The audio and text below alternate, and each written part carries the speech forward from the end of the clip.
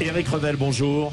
Bonjour Patrick, bonjour à tout le monde. Notre rendez-vous autour de l'économie chaque matin, tout compte fait. Alors on fait les comptes justement du sommet de la COP27 qui s'est achevé en Égypte. À la fois un succès, un échec, comme on le disait tout à l'heure dans le journal. Commençons par l'accord qui porte sur la création d'un fonds international pour aider les pays pauvres. Oui, donc un fonds qui va être mis en place pour essayer de compenser les dégâts occasionnés par le réchauffement climatique.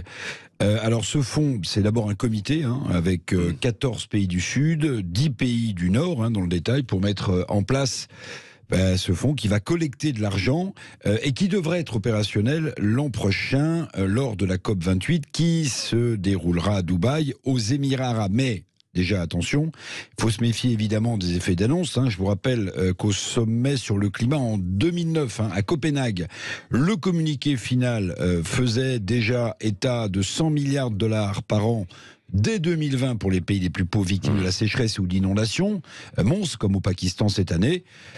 Que s'est-il passé? On est en 2022, on est loin du compte. Bon, mais il est vrai que la crise mondiale du Covid et la récession économique sont également passées par là pour les pays qui mettent de l'argent au pot. Oui, c'est vrai. Alors Éric, côté échec, aucun accord sur les restrictions des énergies fossiles, pourtant polluantes. Alors là, c'est le plus terrible, je trouve. Échec total sur l'utilisation du pétrole, du gaz, qui émettent beaucoup de CO2, même si les pays sont priés de moins utiliser le charbon, qui est le plus polluant. Alors, moins utiliser le charbon, évidemment, en creux, ça veut dire que personne n'a voulu peiner la Chine, grosse utilisatrice de charbon, mais aussi ne pas peiner Pékin, potentiel fournisseur de milliards de dollars pour abonder le fonds dont je viens de vous parler, et qui sera donc opérationnel l'an prochain lors de la COP à Dubaï. Oui, à quoi ça sert de financer les pays pauvres, premières victimes du réchauffement climatique, si on ne lutte pas mieux contre ce réchauffement, justement? Alors, on se pince, Patrick, on se pince devant l'incohérence des conclusions de la COP 2027.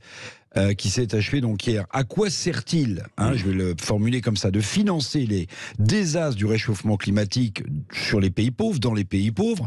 Ça sert à quoi si on ne réduit pas drastiquement l'utilisation des émetteurs de CO2 que sont le pétrole et le gaz? Alors il est vrai, oui, là aussi, que la crise énergétique née de la guerre en Ukraine est passée par là. Mais tout de même, on se pince parce qu'on va payer. On va payer dans un puits sans fond les conséquences désastreuses du réchauffement climatique sans prendre les décisions pour le ralentir, ce réchauffement climatique. C'est ça qui est incroyable. Rappelons quand même que la planète est sur une trajectoire de réchauffement de 2,5 degrés à la fin de ce siècle, contre 2 degrés il y a 20 ans. Alors 0,5, c'est une montée des eaux, c'est plus de sécheresse, et c'est des phénomènes climatiques hors de contrôle. Oui, alors un dernier mot, Éric, justement, le réchauffement climatique. Est-ce que c'est aussi une vague migratoire qui se profile? Eh ben oui, on cite souvent les chiffres de l'ONU. Il y a une étude de la Banque mondiale qui vient de tomber sur la question migratoire. D'ici 2050, 143 millions de personnes devront migrer pour fuir les terres dévastées par le réchauffement climatique. Donc c'est une question économique, c'est une question migratoire, et on a l'impression qu'il ne se passe rien. Merci Éric Revel.